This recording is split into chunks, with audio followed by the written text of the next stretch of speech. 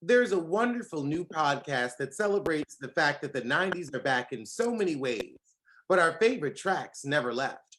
My 90s playlist breaks down why we love the hits of the 90s so much, what made our favorite songs so popular back then, and why we're so nostalgic for them now. Throughout the season, our host Tracy Clayton and Akoto Afori-Otto will celebrate their picks for a quintessential 90s playlist and explore the work of Backstreet Boys, Mariah Carey, Celine Dion, A Tribe Called Quest, and more. Weekly episodes start October 13th. Tune in, y'all.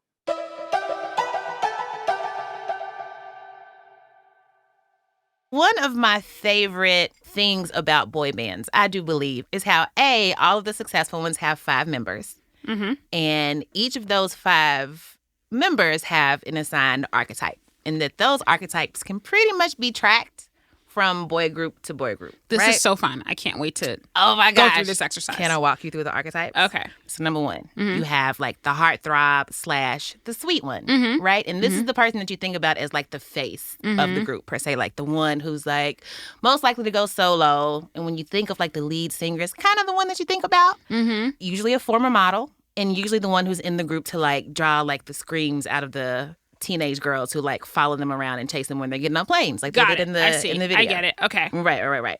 And in the Backstreet Boys, this would be Nick, right? Interesting. Do you agree?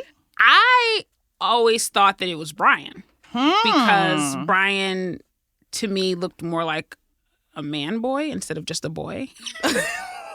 I'm not a man. I mean, Nick couldn't even grow facial hair at the time. Not quite a man boy. I mean, you know what? Fair. Too clean of a face. I hear this. I hear this you know argument. What I'm saying? I do hear this argument. But I'll take it for what it is. And also, Brian literally started nearly every single song that they came out with. Fair. I thought he was the lead singer. Fair.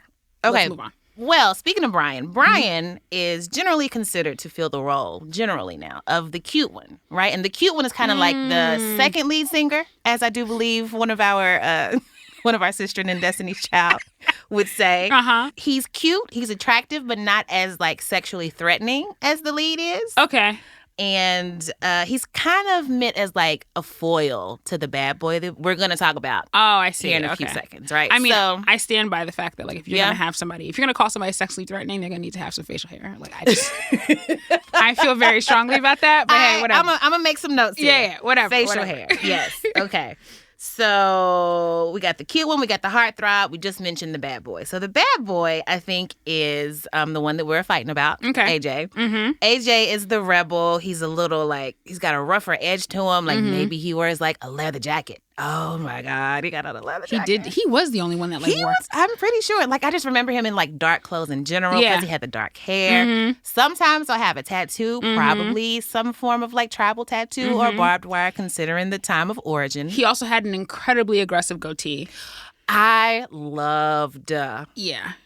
Is that why I'm into goatees to this day? And it was like sharp, like them lines. It was. Like, and who's like AJ's barber? His face was just like angled, just like carved up and chiseled like a bust. It's just so beautiful. Shout out to AJ. Shout out to AJ. Hey, AJ. Okay. So don't make me call your husband Akoto. You're right. Thank you. You're right. Hey, Jay. So that's the bad boy. There's also the older brother, quote unquote.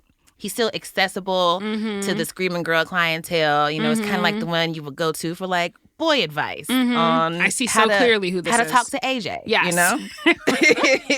Also, can you imagine being the older brother of a boy band and like screaming girls are coming at you a mile a minute and all they want to talk about is, what's good with your boy AJ? I can't. Like, what's up? Like, should I text? Should I call? Like, how do I, you know what I'm saying?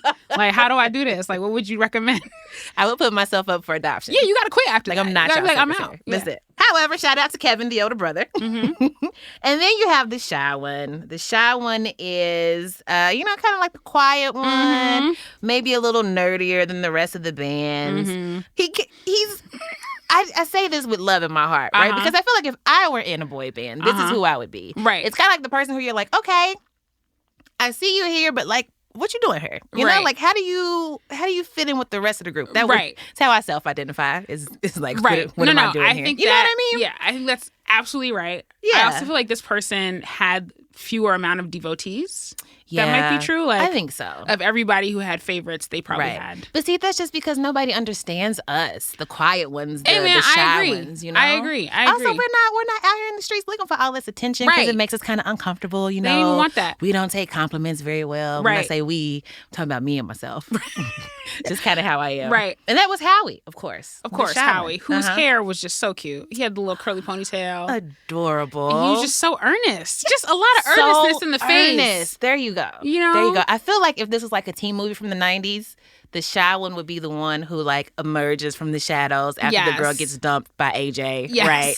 And he's like, well, I always thought you were kind of cool. And it's just like, oh my God. Should I date Howie? Howie's the one you should marry. Truthfully. Of course. Yeah, you should actually marry Howie. He's going to be better to you. Yeah. Howie doesn't mind being a stay-at-home dad. No. He doesn't mind at all. You know what it is about the Howies? What? Talk to me about the Howies. It was almost like they didn't want to be in the group. It was like, take it or leave it. You know what I'm saying? Like, exactly. Like, all right, I'm about to do this for 2 albums and like maybe I'll open a laundromat. I don't know. Like, I just don't. I don't want to do this. The art, right, exactly. Like, I like hanging out with my brothers. You know what I'm saying? I'm not trying to. The Howies. I'm not trying to do this.